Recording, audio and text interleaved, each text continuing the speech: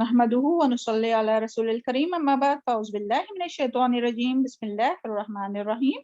رب اشرح لي صدري ويسر لي امري واحلل عقدة من لساني يفقهوا قولي اللهم فقهنا في الدين اللهم انفعنا بما علمتنا وعلمنا ما ينفعنا وزدنا علما.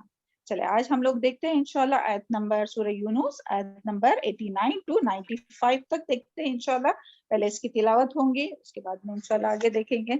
جی تلاوت شروع کیجئے. ہاں أعوذ بالله من الشيطان الرجيم بسم الله الرحمن الرحيم قال قد أجيبت دعوتكما فاستقيما ولا تتبعان سبيل الذين لا يعلمون وجاوزنا ببني إسرائيل البحر فأتبعهم فرعون وجنوده بغيا وعدوا حتى إذا أدركه الغرق قال آمنت أنه لا إله إلا الذي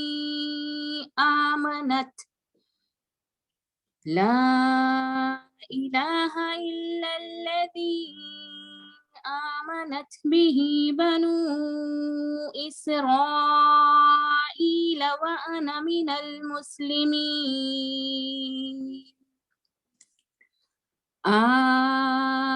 الآن وقد عصيت قبل وكنت من المفسدين فاليوم ننجيك ببدنك لتكون لمن خلفك آية وإن كثيرا من الناس عن آياتنا لغافلون ولقد بوأنا بني إسرائيل مبوأ صدق ورزقناهم من الطيبات فما اختلفوا حتى جاءهم العلم إن ربك يقضي بينهم يوم القيامة فيما كانوا فيه يختلفون فإن كنت في شك مما أنزلنا إليك فاسأل الذين يقرؤون الكتاب من قبلك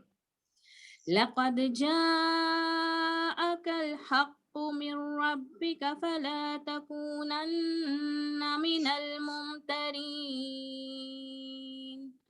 ولا تكونن من الذين كذبوا بآيات الله فتكون من الخاسرين صدق الله العلي العظيم. جزاک اللہ خیر، بارک اللہ فی علمک واخلاصک وصالح عملک. اعوذ باللہ من الشیطان الرجیم بسم اللہ الرحمن الرحیم رب اشرح لی صدری ویسر لی امری واحلل عقدۃ من لسانی یفقہوا قولی. لفظی ترجمہ ہے قال فرمایا، قد اجیبت قبول کر لی گئی دعوتکما تم دونوں کی پکار، یعنی کہ تم دونوں کی دعا. فاستقیما پس ثابت قدم رہو، ولا اور نہ تتبعان تم ہرگز پیروی کرنا سبیل الذین ان لوگوں کے راستے کی لا یعلمون جو علم نہیں رکھتے. تو اللہ تعالیٰ نے یہاں کیا فرمایا دیکھیں، اس سے پہلے جو آیت تھی اس میں تھا کہ موسیٰ علیہ السلام نے بددعا کی تھی. کیا بددعا کی تھی کہ فرعون اور آل فرعون جب تک کہ عذاب علیم نہ دیکھ لے تب تک